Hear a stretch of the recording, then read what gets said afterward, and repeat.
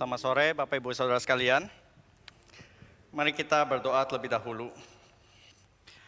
Bapa dalam surga, kami bersyukur untuk setiap kesempatan kami boleh datang mendekat kepada tahta anugerah Tuhan. Dan terlebih lagi kami bersyukur kami sudah memasuki bulan Desember, bulan di mana kami boleh merenungkan makna daripada kedatangan Kristus bagi umat manusia, bagi kami semua. Dan ketika hari ini ya Tuhan, kami akan merenungkan tentang Kristus yang datang sebagai bayi melalui kelahiran anak darah Maria. Kiranya ini yang boleh Tuhan persiapkan hati kami, boleh dibukakan untuk semakin mengerti kedalaman, keindahan, mukjizat daripada firman Tuhan yang mengubahkan hidup manusia. Terima kasih Bapak, di dalam nama Tuhan Yesus kami berdoa dan bersyukur. Amin. Saudara, teks dan konteks tidak bisa dipisahkan. Kalau kita ingin mengerti satu teks, kita harus bisa mencari konteks aslinya di mana maksud sang penulis itu menyampaikan. Kalau kita tidak mengerti konteks daripada teks tersebut, maka kita akan membacanya pasti dengan konteks kita yang sekarang ini, dengan konteks modern sekarang, yang mungkin masih nyerempet maknanya, tapi bukan makna yang ingin ditekankan atau ingin dimaksudkan oleh sang penulis.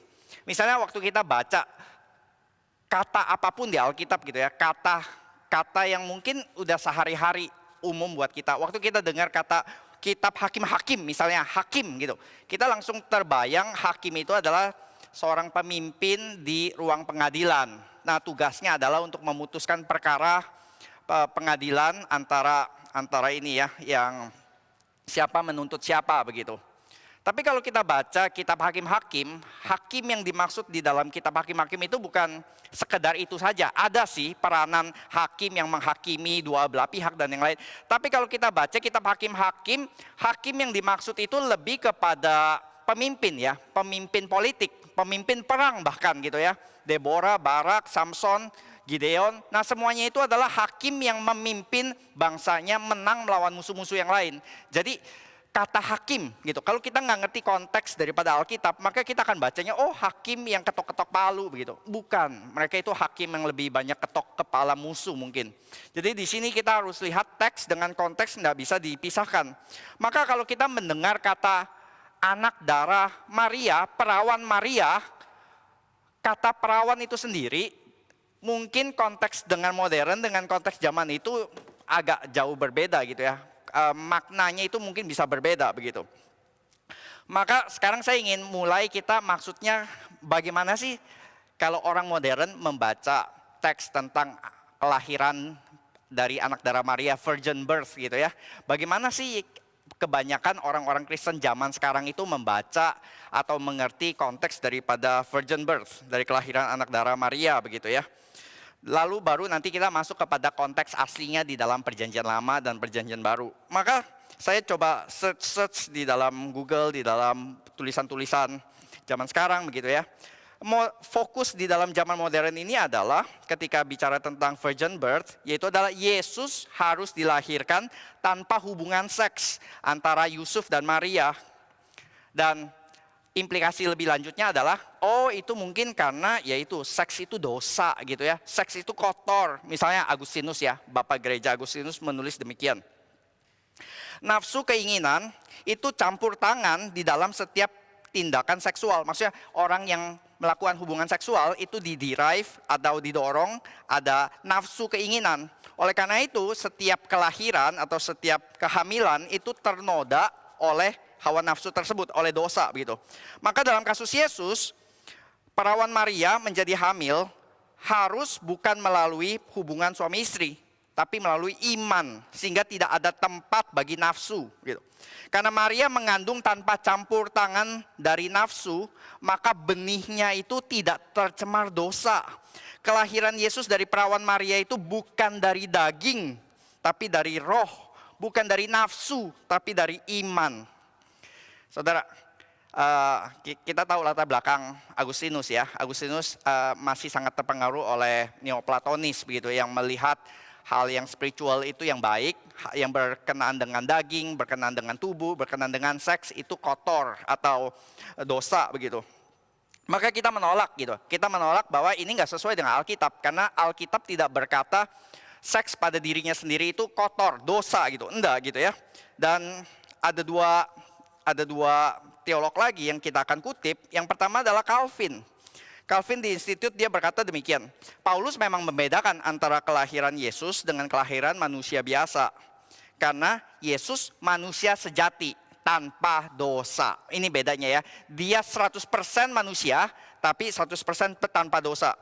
Tapi ini Yesus tanpa dosa itu bukan karena dia lahir dari seorang perawan.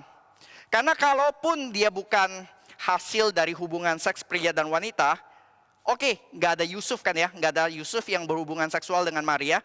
Memang dia bebas dari pengaruh dosa Yusuf, sang pria. Tapi apa berarti Maria itu nggak berdosa? Enggak kan ya? Kalau mau berkata bebas dari hubungan seksual, ya memang dia bebas dari pengaruhnya yang pihak pria. Tapi pihak wanita, kan wanita juga membawa dosa asal gitu. Jadi bagaimana mungkin Yesus dikatakan tidak berdosa hanya karena dia lahir dari perempuan perawan gitu. Jadi Yesus dilahirkan tanpa dosa bukan karena Maria perawan, tapi karena peran Roh Kudus dalam kelahirannya. Nah nanti Roma Katolik agak berbeda ya. Roma Katolik justru mau bilang ya Maria juga itu sangat kudus gitu. Makanya nanti mereka ada doktrin yang namanya Immaculate of Mary, Maria yang tidak berdosa gitu ya, perawan suci yang sepenuhnya suci begitu. Nah, jadi itu Calvin ya. Lalu kalau Bavinck agak sedikit berbeda gitu. Herman Bavinck dia berkata virgin birth, kelahiran anak darah itu mendukung doktrin Dui Natur Kristus. Dan virgin birth ini satu doktrin yang sangat penting karena lewat virgin birth kita bisa melihat Yesus itu punya natur Allah dan juga natur manusia bergabung keduanya di dalam diri pribadi Yesus Kristus. Jadi Yesus harus datang ke dunia lewat dilahirkan. Kalau dia nggak dilahirkan, maka dia bukan manusia sejati. Misalnya dia datang lewat batu, terus tiba-tiba pecah batunya lalu muncul Yesus Kristus. Nah itu kita nggak bisa katakan Yesus manusia sejati. Tapi Yesus kalau lahir normal seperti biasa gitu ya, lewat hubungan seksual pria dan wanita, maka dia juga bukan ilahi. Jadi kita bisa lihat di sini ya, kelahiran anak darah Maria oleh Bavinck itu dianggap sangat penting karena ini represent Dui Natur Kristus. Dia itu punya sifat ilahi, dia punya sifat manusia dan tergabung keduanya. Itu pertama yang berhubungan dengan hubungan seksual gitu. Ada yang kedua, saudara, penekanan kedua ketika orang membaca tentang virgin birth itu seringkali lebih ditabrakan dengan sains modern yang sekuler, yang menolak nggak mungkin itu perawan itu bisa melahirkan, itu nggak scientific. Ini topik virgin birth menjadi topik debat yang panas antara orang sekuler dengan orang Kristen gitu ya. Yang satu menolak Alkitab, yang satu percaya kepada Alkitab. Yang menolak bilang nggak mungkin, itu mitos, itu nggak scientific, itu minjem dari konsep bangsa-bangsa kuno yang juga ada pada zaman itu di Ancient Near East gitu. Lalu yang percaya berkata, loh ini firman Tuhan, kita harus percaya. Ini mujizat. Iya nggak saintifik tapi ini mujizat. Kenapa kamu nggak bisa terima? Ini mujizat kok kalau kita bisa terima kebangkitan, kita bisa terima Yesus berjalan di atas air, dia memberi makan 5.000 orang dengan 5 roti, maka nggak masalah dengan mujizat. Jadi ditabrakan antara kamu percaya mujizat atau nggak percaya mujizat gitu di sini ya. Maka banyak yang membahas virgin birth itu dalam fokus apologetika. Nah saya kutip salah satu apologet ya. Dia berkata demikian, Christian believe in the virgin birth of Jesus. Materialists believe in the virgin birth of the cosmos. Dua-duanya percaya miracle kok, dua-duanya percaya mujizat kok. Yang satu orang Kristen percaya kelahiran anak darah perawan. Yang satu percaya dunia ini lahir dari virgin birth of the cosmos. Kosmos ini terjadi begitu saja, tanpa ada pencipta begitu. Dua-dua mujizat, dua-dua juga perlu miracle. Percaya yang mana? Kamu jangan bilang ini miracle, yang ini enggak, ini science, ini juga iman. Dua-duanya iman, kamu beriman kepada yang mana? Maka orang-orang Kristen yang tadi ya, yang memegang hal tersebut ini, maka berkata virgin birth itu kelahiran anak darah, virgin birth, saya sebutnya virgin birth aja deh ya. Itu sebagai penjaga gawang awal. Jadi kalau kamu sudah menolak ini, ya sudah, kamu akan tolak semua mujizat di belakangnya. Mujizat apa? Mujizat Yesus menyembuhkan, Yesus membangkitkan orang mati, Yesus bangkit dari kematian, Yesus terangkat ke surga, itu semua akan, ya ini, semuanya akan ditolak juga. Jadi kalau gerbang utama aja sudah kamu robohkan, ya sudah, nanti semua mujizat juga harus kamu tolak kalau mau konsisten. Jadi satu ya, tadi ngomongin tentang seks, satu ngomongin tentang sains modern. Nah, pembaca awal tuh nggak ada isu dengan hal ini. Mereka hidup di dalam zaman yang pre-scientific gitu kan. Mereka nggak ada isu tentang mujizat. Jadi isunya apa bagi pembaca awal ketika mereka membaca Injil Matius yang menuliskan, ya ini, anak darah akan mengandung melahirkan seorang anak laki-laki dan mereka akan menamai dia Immanuel, yang berarti Allah menyertai kita, yang dikutip dari Yesaya 7 ayat 14. Isunya apa buat pembaca awal? Makanya tadi saya sudah bahas ini konteks modern. Kalau kita baca di zaman ini, kita akan bahas tentang miracle, kita akan bahas tentang ini apa tadi doktrin gitu ya, doktrin kristologi yang poin nomor 1. Berarti kalau kita baca bahas tentang virgin birth, ini bicara tentang ketidakberdosaan Kristus. Ini bicara tentang dui natur Kristus. Ya betul sih, betul. Sekali lagi betul semua itu. Saya bukan berkata saya nggak setuju dengan hal itu. Saya setuju dengan hal tersebut, saudara. Cuman itu kayaknya pembacaan modern, ya sekali lagi. Atau poin yang kedua tentang mujizat gitu. Berarti ini bicara tentang orang Kristen harus percaya mujizat, orang Kristen harus percaya Injil ini tidak bersalah, inerrant. Tapi apakah pembaca awal akan ketika baca ini akan langsung connect-nya terhadap hal tersebut, atau mereka akan memaknai dengan konteks mereka? Apa sih konteks mereka kalau begitu? Mari kita sekarang coba lihat konteks aslinya ya. Konteks asli yang tercatat di dalam Injil Matius dan juga tercatat di dalam Perjanjian Lama. Secara spesifik nanti di Yesaya. Oke, konsep ini dulu. Konsep perawan, saudara. Konsep perawan. Waktu kita dengar kata perawan, itu kan kita langsung connect-nya adalah satu orang wanita yang masih perawan, belum pernah melakukan hubungan seks. Ini kan ya konsep kita tentang perawan gitu.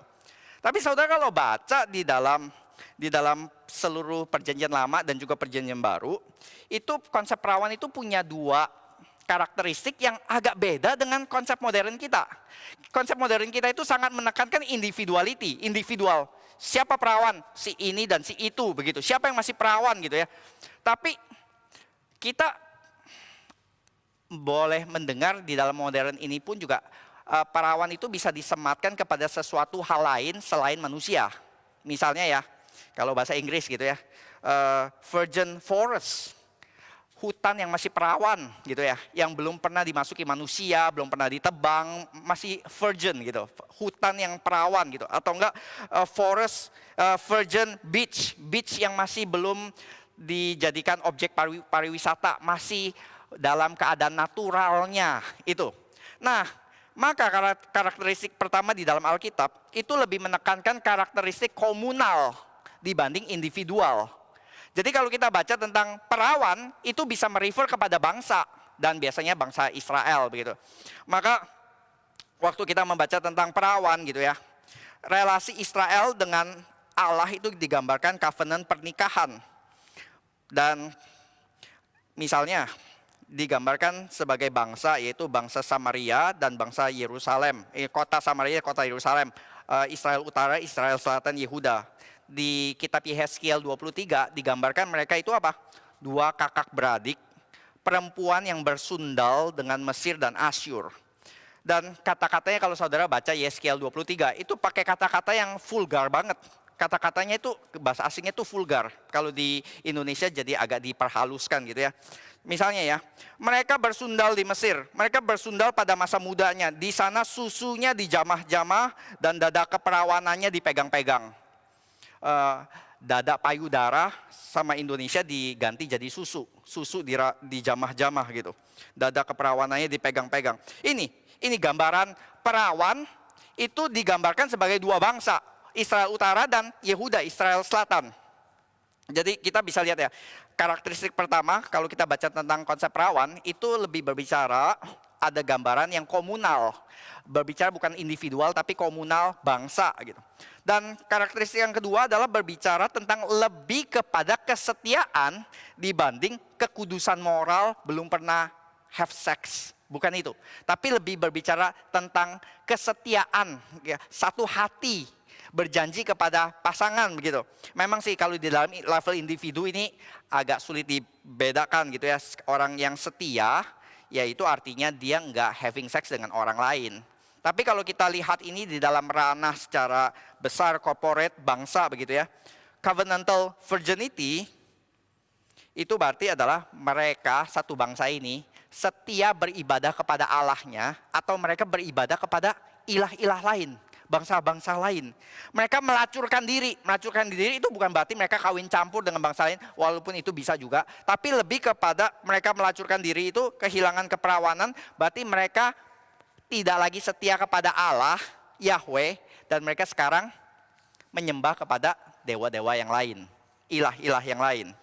Nah, ada dua ayat pendukung, dua aja yang saya ingin tampilkan. Satu di PL, satu di PB. Yang di PL ya, itu Yeremia 18 ayat 13. Saya akan bacakan. Beginilah firman Tuhan, cobalah tanyakan di kalangan bangsa-bangsa, siapa yang telah mendengar hal seperti ini? Anak darah Israel, the virgin of Israel, telah melakukan hal-hal yang sangat ngeri. Apa itu hal-hal yang sangat ngeri bagi seorang perawan? Yaitu umatku telah melupakan aku. Mereka telah membakar korban kepada dewa kesia-siaan.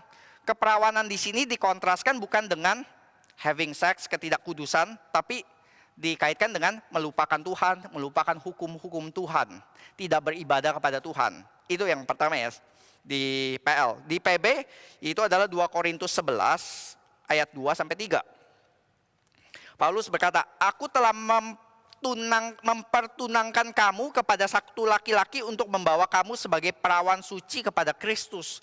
Tapi aku takut kalau pikiran kamu disesatkan dari kesetiaanmu yang sejati kepada Kristus, sama seperti Hawa diperdayakan oleh ular itu dengan kelicikannya. Paulus tuh sangat khawatir ya, jemaat Korintus ini yang sudah dipersiapkan sebagai perawan suci yang harusnya setia kepada Kristus satu-satunya, sekarang mulai bergeser, mulai diperdaya, mulai percaya kepada guru-guru palsu. Nah ini saudara, jadi dua karakteristik tadi kita bisa lihat di dalam dua ayat tadi ya, yaitu level bukan individual tapi komunal, dan juga lebih berbicara tentang kesetiaan dibanding tentang sexual relationship gitu. Dan masih tetap berkaitan dengan, ada juga kaitan dengan mujizat tadi ya, mujizat. Di dalam perjanjian lama saudara, banyak penyelamat yang dibangkitkan Tuhan untuk menyelamatkan bangsa, itu juga lewat kelahiran yang mujizat, kelahiran yang ajaib. Misalnya Musa ya, Musa itu bisa selamat di antara semua bayi-bayi yang dibantai oleh Firaun, itu kan pakai cara yang ajaib gitu ya. Ditaruh di basket, ditaruh di keranjang, dialirkan, lalu sampai kepada tempatnya putri Firaun, lalu dijadikan anak, dibesarkan di dalam istana Firaun. Dan akhirnya nanti dia menjadi juru selamat yang membebaskan bangsa Israel. Dan demikian juga yang lain-lain gitu ya, yang Tuhan persiapkan untuk menjadi orang yang membawa keselamatan. Misalnya siapa? Samson, membawa keselamatan dari bangsa Filistin, Samuel. Dan mereka semua ini kesamaannya apa? Dan juga Ishak gitu ya. Kesamaannya mereka lahir dari ibu yang mandul. Dari rahim yang sudah mandul. Yang dikatakan sudah mati pucuk gitu. Nah seakan-akan semua kelahiran-kelahiran ajaib ini mau berbicara apa? Mereka lahir lewat kematian. Ini adalah sebuah kebangkitan, resurrection. Maka kelahiran Kristus yang nanti puncaknya sebagai juru selamat yang sejati, juru selamat puncak, ya kita bisa expect mengalami pola yang sama ya. Tapi lebih lagi gitu, lebih lagi bukan cuma sekedar kelahiran dari orang yang mandul, nanti itu Yohanes Pembaptis, tapi benar-benar yang belum pernah ada di dalam sejarah, yaitu apa? Kelahiran dari anak darah perempuan, virgin birth. Nah itu ya, kita udah bisa lihat konteks perawan itu sendiri agak berbeda di dalam Alkitab dengan konteks perawan yang kita mengerti di dalam zaman sekarang. Nah sekarang kita mau coba lihat di dalam konteks Matius. Karena ini kan di dalam Injil Matius pasal 1 kan. Tapi itu ayat yang ke-23. Nah, dari ayat 1 sampai ke 22 itu bicara tentang apa sih? Karena teks nggak bisa lepas dari konteks. Tadi konteks sejarah, sekarang kita konteks literaturnya. Gini, konteks dekat literatur, kalau kita baca Injil Matius dan kita buka, hal pertama yang kita lihat adalah silsilah. Silsilah ya. Konteks kelahiran Yesus di dalam sebuah konteks silsilah yang panjang. Sekali lagi, silsilah juga beda banget. Buat kita itu satu hal yang sangat boring. Tapi buat orang zaman itu, silsilah itu sangat penting. Karena itu status, identitas buat mereka. Itu CV. CV yang bilang, saya ini hebatnya apa-apa aja gitu. Lewat keturunan gitu kan ya. Wah, luar biasa. Biasanya orang Yahudi akan makan trace, mereka punya silsilah dari Abraham. Bahwa mereka keturunan Abraham, keturunan Ishak. Mereka bukan Esau, mereka bukan Edom. Mereka itu dari keturunannya Abraham. Dan lebih hebat lagi kalau saudara memang bisa trace keturunannya Daud gitu. Keturunan royal family kan ini. Ini dimulai dari awal kan. Silsilah Yesus Kristus. Siapa itu Yesus Kristus? Anak Daud, anak Abraham. Keren ya. Anak Daud, anak Abraham. Tunggu dulu. Habis kita baca-baca gitu ya. Abraham, Ishak, Yakub, Yehuda. Yehuda memenangkan Peres dan Zerah. Lalu Tamar. Aneh ini. Buat kita nggak aneh. Tapi buat pembaca Yahudi awal itu sangat aneh. Silsilah itu nggak pernah mencatat nama wanita, saudara. Saudara bisa lihat di kitab Ulangan itu semuanya nama pria. Wanita itu tidak dicantumkan di dalam silsilah. Lewat jalurnya pria biasa gitu. Loh, ada Tamar. Ada siapa lagi? Ada Rahab. Ada Ruth. Ada Batsheba. Oh, by the way, Batsheba nggak dicatat namanya. Batsheba itu ditulisnya istri Uriah yang diambil oleh Daud gitu. Jadi kesamanya apa dari 4 wanita ini? Semuanya skandal. Semuanya punya jejak-jejak skandal yang kayaknya mereka pernah masuk di halaman depan pos kota bangsa Israel zaman dulu begitu. Iya kan, skandalnya besar gitu, skandal-skandal besar yang dicatat oleh ini ya. Oleh mereka gitu. Kenapa sih kalau mau catat nama wanita mestinya yang layak masuk gitu ya. Yaitu the matriarch gitu ya, ibu-ibu negara. Misalnya Sarah, misalnya Rebecca, Ribka, dan juga Rahel. Itu kan yang mestinya masuk gitu. Enggak, yang dicatat 4 wanita yang penuh skandal gitu. Ya sebelum di sini banyak wanita, sebelum para wanita protes. Iya, ini seksis. Mari kita coba teliti yang kaum pria juga ya. Kaum pria, nama-nama pria di sini. Silsilah ini tuh enggak mengikuti jalur pas gitu. Ada beberapa nama yang memang dicabut dari silsilah. Supaya apa? Karena Matius ini pengen bikin 14 gitu ya. 14 generasi gitu. Jadi ada beberapa, exactly ada 3 nama raja yang dicabut dari silsilah di sini gitu. Dan kalau saya yang bikin list ya saudara, saya akan skip. Saya kalau punya pilihan untuk skip beberapa nama raja ya. Mestinya yang di skip itu adalah nama Raja Manasye. Raja Amon. Karena Manasye ini Raja Yehuda yang salah satu yang paling jahat. Yang membuat Allah begitu marah sampai berkata, sudah sejak saat ini, sejak zamannya si Manasye, Yehuda pasti akan dieksil, akan dibuang ke Babylon. Enggak ada turning back, udah pasti, sudah di-seal, sudah di-confirm itu. Ya ini nih, Raja Yehuda yang macam begini, yang ya ini yang mestinya skandal-skandal noda hitam ini harusnya kita hide, kita delete dari silsilah kan ya. Amon, Manasye. Saudara, saya langsung teringat itu loh. Saudara yang punya nama Sinaga, gitu ya, akan sangat malu kalau membaca berita beberapa bulan yang lalu atau 1 tahun yang lalu ya, Reinhard Sinaga, serial rapist itu yang memperkosa pria-pria lain di UK, di Inggris gitu, dan sekarang dihukum seumur hidup, bahkan kalau bisa lebih panjang dari hidupnya. Ini kan ya, kalau kita bilang, oh saya Heru Sinaga, Kamu ada hubungan apa sama Reinhard? Wah, malu banget kan ya. Jadi kalau saya punya pilihan nanti ya gitu ya, anak-anak cucu-cucu kalau bisa nama itu tuh dicabut daripada silsilah sinaga gitu. Supaya nama itu jangan menodai gitu. Orang-orang kan udah bilang ya, gara-gara satu orang ini satu nila merusak satu belanga gini, semua orang yang punya nama yang sama dengan dia itu kan jadi ikutan rusak gitu. Dan penulis nggak hide ya, penulis juga nggak delete kan dari hal tersebut gitu. Matius itu seakan-akan ingin menyatakan Yesus waktu inkarnasi, dia benar-benar masuk ke dunia yang real, yang nggak steril, yang bebas dari virus, bakteri, noda, skandal. Nggak, yang namanya hidup, yang namanya dunia, ya begitu. Penuh dengan virus, penuh dengan skandal, noda. Yesus nggak datang pakai hazmat, baju hazmat, pakai masker, pakai glove. Enggak, dia datang benar-benar lewat semuanya ini. Lewat ini ada hal yang baik, ada hal yang buruk.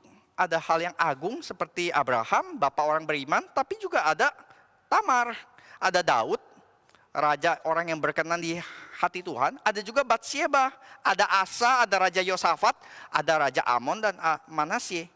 Dan Yesus datang ke dunia justru untuk menebus dan merestorasi dunia yang model begini. Dunia yang terpolusi oleh dosa.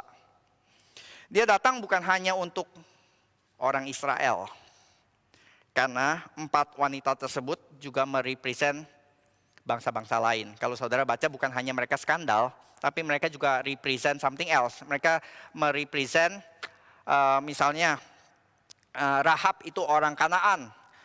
Ruth itu orang Moab, Tamar kita nggak jelas dia orang Kanaan atau orang Israel, tapi setidaknya skandal besar. Dan ini juga Batsyeba ya, menikah dengan Uria orang Het. Jadi mereka itu sangat dekat dengan bangsa-bangsa kafir, bangsa-bangsa non-Israel. Jadi Yesus datang untuk menebus orang yang berdosa, noda-noda tersebut. Dan dia juga datang untuk represent bangsa-bangsa lain, bukan hanya bangsa Yahudi. Dia untuk menjadi juru selamat seluruh dunia. Oke, saudara, itu silsilah pria dan wanita, kita lihat ya. Tapi saudara akan bilang, iya tapi pria kan ada bagus, ada enggaknya. Kalau wanita 4-4-nya ini skandal. Wait, tunggu dulu saudara. Karena 4 wanita itu skandal. Tapi di dalam silsilah ini kan ternyata ada nama satu wanita lagi kan, yaitu Maria. Dan saudara langsung lihat kontrasnya. 4 wanita tadi yang penuh dengan skandal, dengan satu wanita yang dikatakan perawan Maria yang suci gitu. Langsung kontras gitu. Dan sekali lagi, ini virginity ini bukan bicara tentang sex and no sex doang gitu ya. Kita lagi mau bicara tentang kesetiaan di sini. Kalau tadi ini 4 wanita ini represent Israel, di sini Maria juga represent Israel gitu. Dan ketika disandingkan, kalau tadi gambaran 4 wanita ini bisa masuk ke dalam silsilah, ada gambaran positif ya. Mereka represent bangsa-bangsa lain. Tapi kalau kita sandingkan dan kita kontras dengan Maria, langsung 4 wanita ini gambarannya negatif saudara. Gambaran apa? Gambaran Israel yang meninggalkan perjanjian Tuhan. Israel yang tercemar. Israel yang kesetiaannya terkompromikan, yang bersundal dengan bangsa-bangsa lain. Lalu bagaimana dengan bangsa Israel? Masih adakah kaum yang tersisa? Kalau kita lihat tadi 4 wanita ini, 4 wanita berarti 4 sumber kelahiran gitu ya. Yang melahirkan keturunan-keturunan Israel. Semuanya tercemar. Maka kalau sumber air gitu ya, kerannya 4 keran semuanya itu penuh kotoran. Gimana bangsa Israel itu bisa punya keturunan yang suci gini? Lalu kita langsung bilang, masih adakah kaum yang tersisa? Mungkin kalau kita baca 4 hal tersebut ya, kita akan berteriak seperti Elia yang berkata, Tuhan, orang Israel meninggalkan perjanjianmu. Mereka meruntuhkan mezbah-mezbahmu. Mereka membunuh nabi-nabimu dengan pedang. Hanya aku seorang diri yang masih hidup. Tuhan bilang apa kepada Elia yang self pity ini? Tuhan bilang, Elia, aku akan meninggalkan 7.000 orang di Israel, yakni semua orang yang tidak sujud menyembah Baal dan mulutnya tidak mencium dia. Jadi di tengah-tengah semua kekotoran, semua sudah terpolusikan, lalu cuma tinggal satu yang negatif. Semuanya udah positif ya. Udah ya positif maksudnya COVID gitu. Positif sudah tercemar, lalu tinggal sisa satu nih si Elia. PCR tesnya negatif, tinggal sisa saya Tuhan. Tuhan bilang, enggak, masih ada 7.000 nanti yang negatif. Yang tidak tercemar, ada kaum tersisa, ada remnants, bahasa Inggrisnya itu remnants. Ada pengharapan, Tuhan berkata ada kaum remnants, kaum yang disisakan Tuhan. Dan ketika kita baca silsilah 4 wanita yang semuanya sudah tercemar, semuanya sudah dites positif, lalu Tuhan bilang, enggak, ada satu wanita yang suci, yang murni, Bunda Maria, perawan Maria, yang tersisa di tengah-tengah semua gambaran wanita yang penuh skandal. Maria menjadi perawan yang menjaga dirinya murni, yang dijaga oleh Tuhan, menjadi remnant, satu-satunya remnant di antara 4 tadi gitu. Dan waktu kita mengkaitkan Maria dengan remnant, ini bukan tanpa dasar. Karena kalau kita baca nanti di Lukas, ketika Yohanes Pembaptis dipersiapkan untuk mempersiapkan jalan bagi Kristus, dicatat apa? Iya, dicatat juga malaikat Gabriel datang kepada Elizabeth, sama gitu ya, memberitakan juga kelahiran daripada Yohanes. Dan dia berkata apa? Di Lukas 1 ayat 15, ia akan penuh dengan Roh Kudus mulai dari rahim ibunya. Dia akan membuat banyak orang Israel berbalik kepada Tuhan Allah mereka. Dan dengan demikian menyiapkan bagi Tuhan satu umat yang layak baginya. Jadi Yohanes Pembaptis dipanggil untuk apa? Dipanggil untuk memanggil dan mempersiapkan apa saudara? Satu kaum remnants yang akan berbalik daripada dosa-dosa mereka.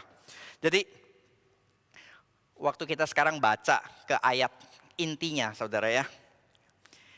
Di 23 ini ya, anak darah akan mengandung dan melahirkan. Kita udah dapat 2 konteks tadi, yaitu perawan. Di sepanjang sejarah itu berbicara tentang komunal dan tentang kesetiaan. Dan juga silsilah-silsilah ini berbicara tentang Maria sebagai kaum remnants. Sebagai remnants yang akan melahirkan juru selamat bagi dunia. Gitu. Jadi kesimpulannya, kita bisa bilang kelahiran anak darah di dalam konteks aslinya itu bukan hanya tentang mujizat. Gitu ya, tentang apa tadi, mujizat, tentang inerrancy of the Bible. Kayaknya bukan tentang itu, tapi berbicara tentang Tuhan masih memelihara umatnya dan masih menyisahkan kaum remnant yang tersisa, yang setia kepada Tuhan lewat Maria. Dan waktu kita baca remnants, kaum tersisa, itu punya makna ganda. Satu positif, satu negatif. Positif berarti ada pengharapan, ada hope, ada umat yang masih Tuhan jaga, Tuhan sisakan. Tapi sekaligus juga negatif, berarti apa? Lebih banyak lagi yang dibuang Tuhan. Yang apa yang dibuang Tuhan? Mereka yang tidak setia. Jadi 2 gambaran ini ya, hope and judgment. Dan ini juga adalah tema besar dari kitab nabi-nabi. Setiap nabi-nabi di perjanjian lama ketika diutus oleh Tuhan, itu selalu ya bicara tentang 2 hal ini, hope and judgment. Kita pernah bahas di Persekutuan Pemuda dulu ya, 4 tahun yang lalu. Itu eksposisi kitab nabi-nabi. Wah, kita semangat gitu, bahas nabi masing-masing. Baru sadar, celaka ini. Karena setiap nabi dibahas selama 3 bulan, message-nya sama. Message-nya tentang penghukuman dan bertobatlah, ada pengharapan kalau kamu bertobat. Jadi mau bahas tentang nabi ini ya, Yesaya, Yehezkiel, Hosea, Amos, Obadja. Walaupun beda-beda konteksnya, tapi inti message-nya yaitu, kamu sudah berubah setia kepada Tuhan, Tuhan akan hukum kamu, tapi bagi kamu yang setia, kamu akan menjadi kaum remnants yang dipelihara oleh Tuhan. Itu saja. Intinya tuh begitu dari kitab nabi-nabi. Jadi ketika kita baca kitab Yesaya 7 ayat 14 ini ya, ini kutipan langsung daripada Yesaya 7 ayat 14. Coba kita baca sekarang saudara, Yesaya, saya akan bacakan deh. Yesaya 7. Yesaya dan Raja Ahaz pada zaman Ahaz bin Yotam, ayat 7 ayat 1 ya. Raja Yehuda, maka Rezin, Raja Aram dengan Pekah bin Remalia, Raja Israel maju ke Yerusalem untuk berperang melawan kota itu. Namun mereka tidak dapat mengalahkannya. Lalu diberitahukanlah kepada keluarga Daud, Aram telah berkemah di wilayah Efraim. Maka hati Ahaz dan hati rakyatnya gemetar ketakutan seperti pohon-pohon hutan bergoyang ditiup angin. Maka berfirmanlah Tuhan kepada Yesaya, baiklah engkau keluar menemui Ahaz, engkau dan Shear-Yashub, anakmu laki-laki ke ujung saluran kolam atas, ke jalan raya pada padang tukang penatu. Dan katakanlah kepadanya, teguhkanlah hatimu dan tinggallah tenang. Janganlah takut dan janganlah hatimu kecut, karena 2 puntung kayu api yang berasap ini, yaitu kepanasan amarah Rezin dengan Aram dan anak Remalia. Ini ya saudara, ini konteksnya gitu. Tadi ayat ketiga, nama anaknya Yesaya siapa saudara? Shear-Yashub. Kita nggak familiar. Artinya apa tuh saudara? Artinya adalah a remnant shall return. Satu umat tersisa akan kembali gitu. Namanya aja udah punya makna tertentu ya, kaum remnant gitu. Lalu ayat 9. Jika kamu tidak percaya, sungguh kamu tidak teguh jaya. Jadi Yesaya diutus untuk kasih kekuatan kepada Raja Ahaz yang sedang dikepung oleh dua bangsa ya, bangsa Israel utara dan juga Aram. Gak usah takut. Oh, tapi gimana gak takut? Ini serem banget saudara, serem banget gitu. Dan saudara kalau baca di ininya ya, di dalam, nanti saudara kalau punya waktu, saudara coba lihat di cross reference di belakang itu ini saudara, benar-benar itu sudah luar biasa mengerikan kekalahan dari Yehuda. Dikatakan 100.000 orang itu sudah kalah dan 200.000 orang Yehuda sudah ditawan. Jadi ya memang punya alasan untuk takut, tapi nggak usah takut. Yesaya bilang, kamu takut ya? Iya takut, sekarang silakan minta tanda untuk meredakan rasa takut kamu. Kita ingat ya saudara, Gideon ketika akan perang, ya 300 itu nanti. Itu dia kan ketakutan gitu. Dia akan menghadapi bangsa Midian yang sudah berkemah juga di seberang. Dan dia sebelum perang, dia minta tanda daripada Tuhan. Tuhan, kalau engkau betul menyertai, ini ada bulu domba, ya ini kering, seluruhnya basah. Oh betul, ternyata Tuhan berkati. Oh Tuhan, sekali lagi, ini basah, seluruhnya kering. Oh ya Tuhan juga kasih, begitu. Jadi itu perlu tanda. Jadi Gideon sekarang mendapatkan kekuatan ya, penyertaan Tuhan setelah dia dapat tanda. Nah ini bukan Ahaz yang minta, Tuhan yang inisiatif. Ahaz, sekarang kamu minta tanda, saya akan kasih tanda apapun. Lalu Ahaz bilang apa saudara? Di ayat yang ke-10 ya. Mintalah sebuah tanda daripada Tuhan Allahmu, biarlah itu sesuatu dari dunia orang mati yang paling bawah, atau sesuatu dari tertinggi di atas. Jadi ini merism. Semuanya apapun kamu minta akan dikabulkan. Tapi Ahaz menjawab, aku tidak mau meminta, aku tidak mau mencobai Tuhan. Wah, kesannya rohani ya saudara. Saya tidak mau mencobai Tuhan. Ahaz menolak, saya tidak mau mencobai Tuhan. Ayat-ayat ini ya saudara, memang sih ada dasarnya. Karena di Ulangan 6 ayat 16 itu ada tulisan, jangan kamu mencobai Tuhan Allahmu. Gitu. Dan memang juga ini bukan Gideon dan juga Yesaya ini bukan ajakan kepada kita jemaat, sekarang kalau kamu takut ya, sekarang minta tanda gitu, minta tanda. Besok ujian atau besok wawancara, saya minta tanda. Oh Tuhan, besok kalau saya ambil baju merah, ini pertanda. Atau hujan, ini berarti pertanda Tuhan menyertai. Nggak usah minta-minta tanda seperti itu lagi saudara, karena Tuhan sudah memberikan full revelation of His will, kehendaknya itu di dalam firman Tuhan. Tapi di sini ya, si Ahaz, dia bilang saya tidak mau mencobai Tuhan. Ini keluar dari motivasi yang saleh atau dia memang benar-benar taat kepada perintah Tuhan di Ulangan, itu apa Taurat atau bukan gitu. Saudara kalau baca nanti di 2 Raja-Raja 16 ayat 3 ya, Ahaz ini raja seperti apa sih? Raja yang baikkah atau raja yang jahatkah? Dicatat demikian saudara, beberapa deskripsi tentang Ahaz. Ahaz hidup menurut kelakuan raja-raja Israel. Bahkan dia mempersembahkan anaknya sebagai korban dalam api. Sesuai dengan perbuatan keji bangsa-bangsa yang telah dihalau Tuhan dari bangsa Israel. Dia mempersembahkan, membakar korban di bukit-bukit pengorbanan. Saudara, kalau udah dengar deskripsi Ahaz model kayak begini, yang hidupnya itu nggak beda dari Raja Ahab, Raja Israel yang keji. Saudara percaya dia punya motivasi benar-benar tidak mau mencobai Tuhan? Enggak saudara.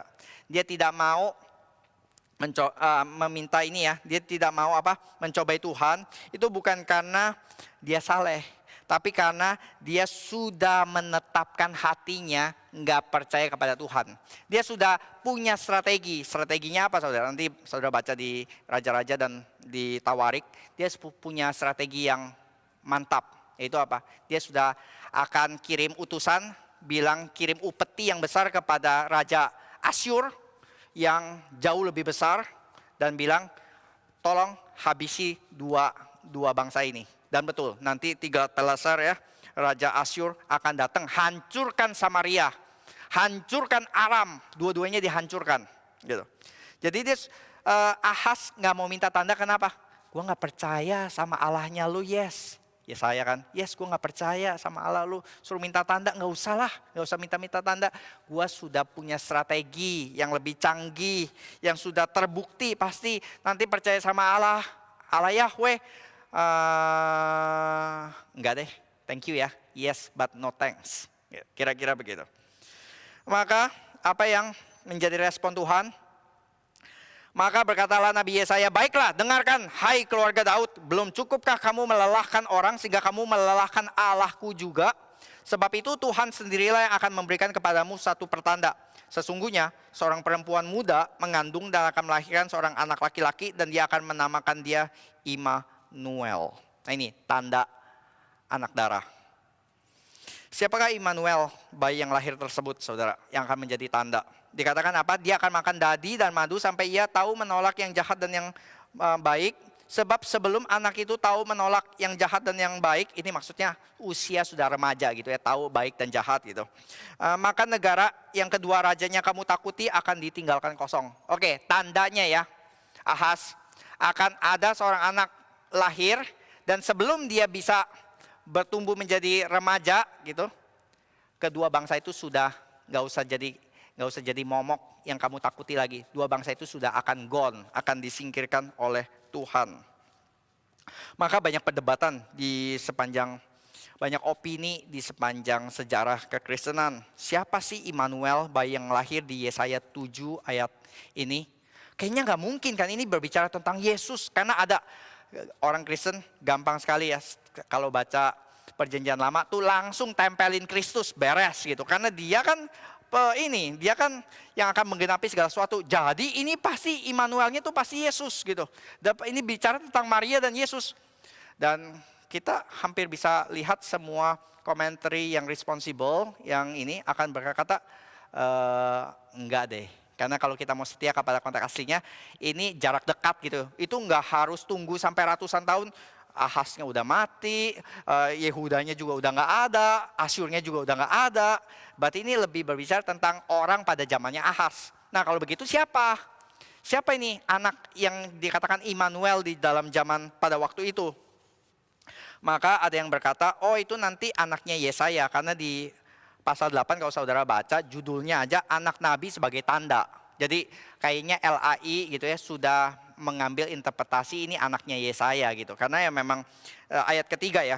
Kemudian Yesaya menghampiri istriku, ia mengandung dan melahirkan seorang anak laki-laki. Lalu berfirmanlah Tuhan, namailah dia Maher Shalal Hasbas gitu. Ya bisa juga ada yang penafsir yang setuju dengan ini, ada yang bilang enggak deh. Karena kan Yesaya udah punya anak tuh si Yasyub itu kan. Berarti istrinya kan sudah tidak perawan gitu. Anyway, kalau kita mau masuk perdebatan tentang ini ya saudara, kata aslinya perawan di sini oleh Yesaya ditulis perempuan muda. Jadi memang bisa punya dua arti. Bisa berarti dia perawan, belum pernah menikah sebelumnya, bisa juga itu memang perempuan muda. Kita nggak masuk di sini, ini lebih cocok di dalam PA. Tapi karena ini sermon, kita mau bilang adalah ini kayaknya bukan berbicara tentang Kristus dan Maria di Matius gitu. Itu berbicara tentang orang pada zaman tersebut gitu. Kita nggak benar-benar bisa tahu apakah itu anaknya Yesaya, apakah itu anaknya Ahaz nanti, ataukah anak seseorang yang lain gitu. Tapi yang pasti sebelum anak itu tumbuh dewasa menjadi remaja, dua bangsa yang kamu takutkan itu bakal sudah gone gitu. Nah di tengah kegentingan tadi ya, Pekah menewaskan 120.000 orang. Orang Samaria menawan 200.000 orang Yehuda. Saudara kok sebagai Raja Ahaz ya, rakyatnya sudah mati nih. Tentara 120.000 tentara habis di medan perang. 200.000 jadi tawanan perang. Terus disuruh jangan takut. Nah, di tengah-tengah kegentingan gitu, nubuatan dan tanda Yesaya datang kepada Ahaz. Tandanya apa saudara? Tandanya adalah kabar baik. Kabar baik Ahaz, Yerusalem gak akan hancur. Karena percaya, Yesaya sudah bilang Yerusalem akan dijaga. Akan ada umat yang Tuhan pelihara. Tapi karena Ahaz tidak taat, maka Tuhan akan mendatangkan hukuman bagi Ahaz dan keluarganya. Tuhan akan mendatangkan atasmu dan atas rakyatmu, kaum keluargamu, hari-hari yang belum pernah datang sejak Efraim menjauhkan diri dari Yehuda. Yaitu apa? Raja Asyur. Jadi nantinya saudara ya, yang jadi pembebasnya adalah Asyur. Dua bangsa itu ditaklukkan oleh Asyur. Tapi jangan pikir, lu berharap kepada preman. Preman itu nanti akan datang menghancurkan ini juga akan menjadi sumber masalah bagi Yerusalem. Jadi di sini dikatakan satu sisi good news for Jerusalem, tapi bad news untuk Ahaz dan seluruh keluarganya. Jadi kita bisa lihat itu tanda anak darah di dalam konteks Yesaya 7. Sekarang kita kembali ke Matius 1, tanda anak darah di Matius 1 yang diberikan kepada Maria dan Yusuf. Apa artinya? Artinya sama saudara, sebuah pesan pengharapan. Yaitu keselamatan yang dinanti-nantikan bagi umat yang setia. Itu sudah datang di dalam Yesus Kristus. Kaum remnant akan diselamatkan. Akan ada juru selamat yang lahir yang akan menyelamatkan umatnya yang setia. Tapi sekaligus juga ancaman bagi mereka yang tidak taat. Bagi siapa? Bagi Herodes. Bagi siapa? Bagi Romawi. Kerajaan Romawi. Bagi siapa? Bagi imam-imam kepala yang menguasai bait Allah. Hari-hari kehancuran mereka sudah terhitung. Jadi kita bisa bilang tanda virgin birth itu good news atau bad news? Both. Good news bagi yang taat. Bad news bagi yang tidak taat.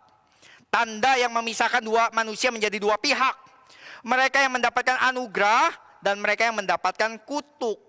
Dan seakan-akan ya, Matius itu nggak cuma berbicara di dalam level abstrak, prinsip tadi, langsung menggambarkan dengan dua tokoh. Tokohnya apa? Tadi kita udah gambar tokohnya 4 wanita yang penuh skandal dengan Maria. Sekarang tokohnya adalah Raja Ahaz, si anak Daud. Dengan, coba kita baca di Matius 1 ayat 19 gitu ya. Ayat 20. Yusuf, ketika ia mempertimbangkan maksud itu, malaikat Tuhan nampak kepadanya dalam mimpi dan berkata, Yusuf anak Daud, janganlah engkau takut mengambil Maria sebagai istrimu, sebab anak yang di dalam kandungannya adalah dari Roh Kudus. Dua-duanya anak Daud, dua-duanya menghadapi ketakutan. Yang satu takut akan ancaman, yang satu takut karena ya ini, uncertainty begitu ya, yang belum pernah terjadi sebelumnya di dalam sejarah gitu. Anak lahir lewat perempuan. Jadi kaitannya sama di sini ya. Yang satu anak Daud, yang satunya juga Yusuf anak Daud. Yang satu terlihat saleh, tapi kelakuan nggak beda dengan Raja Ahab tadi. Ahaz diberikan kesempatan oleh Tuhan, kamu minta tanda Ahaz. Ahaz bilang enggak, saya nggak mau. Dia sudah menetapkan hati untuk bilang saya nggak mau percaya kepada Yahweh. Jadi kamu percaya siapa? Saya percaya kepada tangannya Asyur yang akan membebaskan saya. Lalu Yusuf anak Daud, janganlah engkau takut mengambil Maria. Apa reaksi Yusuf? Sesudah bangun dari tidurnya, Yusuf berbuat seperti yang diperintahkan malaikat Tuhan. Ia mengambil Maria sebagai istrinya. Dia taat. Anak Daud yang disobey, anak Daud yang obey. Tanda Immanuel membagi manusia menjadi dua jenis. Satu yang taat, yang percaya, satu yang tidak taat dan tidak percaya. Maka sepanjang 2020 saudara, kita semua menghadapi krisis yang sama. Tapi belum tentu kita bereaksi secara sama. Ada yang bereaksi dengan percaya dan taat, ada yang bereaksi justru dengan ketidaktaatan dan ketidakpercayaan. Apa saudara, sebenarnya sebagian besar dari kita sudah tahu apa yang benar, apa yang harus kita lakukan. Tapi ada godaan-godaan mengambil jalan pintas. Kita lebih percaya kepada strategi-strategi dunia gitu yang dipercaya kalau nggak begini ya lu nggak akan sukses, lu nggak akan hidup, nggak jalan gitu ya, doesn't work gitu. Kalau lu mau work di dalam dunia, ya ikutin cara dunia. Kalau enggak ya doesn't work gitu cara-cara gereja gitu. Ya lu mau taat, lu mau ini, lu mau 100% murni, 100% suci di gereja lah. Kalau di dunia ya jangan gitu. Maka saudara, dokter tuh paling sulit menghadapi pasien apa saudara? Bukan penyakit berat, ya. Tapi penyakit yang pasiennya sudah tahu, sudah kolesterol tinggi, sudah dikasih tahu, jangan makan kolesterol tapi hobi samcan. Gitu. Dokter yang sudah tahu pasiennya diabetes tapi hobi makan manis-manis, donat, es krim, coklat, dan dia nggak tahan diri gitu, nggak tahan mulut. Konselor juga paling sulit menghadapi konseli macam apa. Bukannya yang nggak tahu apa yang harus dilakukan, tapi dia sudah menetapkan dirinya nggak mau dengerin konselornya bilang apa. Pokoknya gue maunya begini. Dan pendeta paling susah hati menemukan jemaat yang sebenarnya sudah tahu apa yang benar gitu ya. Tapi sebagai orang GRII gitu ya, yang reform, yang ahli Alkitab dan ahli doktrin, maka tanya kepada pendeta, pendeta, bolehkah ini? Nggak boleh. Tapi kan ada ayatnya ini gitu ya untuk mencari pembenaran. Ya ini ya saudara, yang paling sulit sebenarnya itu bukan dosa yang kita tidak tahu. Yang paling sulit adalah dosa yang kita sudah tahu dan kita sudah tertarik, kita sudah menetapkan hati untuk berdosa sama seperti Ahas, sudah tahu yang benar tapi hatiku sudah menetap kepada keputusan untuk tetap berdosa. Nah, kecelakaan paling besar adalah sudah tahu konsekuensinya juga, tapi akan dijalani, sudah dikasih kesempatan, tapi membuang kesempatan tersebut. Kita tahu banyak problem besar ya, menanti jemaat segala macam gitu. Saya kasih satu aja deh, karena ini kasus yang bukan jemaat GRI, jadi cukup aman. Karena kalau kasus jemaat sendiri nggak boleh beberkan di dalam mimbar. Tapi karena ini bukan jemaat gitu ya, dan saya tahu kasusnya adalah dia menghamili pacarnya gitu, dan diancam oleh pihak keluarga demikian. Lalu gimana? Dan bukan Kristen lagi. Jadi bagaimana? Wah, itu mau konseling susah ya. Di satu sisi kalau mau taat konsekuensinya besar. Tapi kalau mau aman ya lepasin aja gitu. Lalu kabur dari konsekuensi. Tapi berarti nggak menjalani prinsip kekristenan. Jadi yang mana ini? Harus pilih yang mana? Dua-duanya serem gitu. Yang satu mau jalanin masalah, mau responsible, mau menjalani masalah bersama Tuhan dengan prinsip daripada firman Tuhan, serem. Tapi kalau mau bebas dari masalah, seakan-akan bebas dari semua masalah, tapi juga bebas dari pimpinan Tuhan. Saya rasa ini yang lebih serem lagi.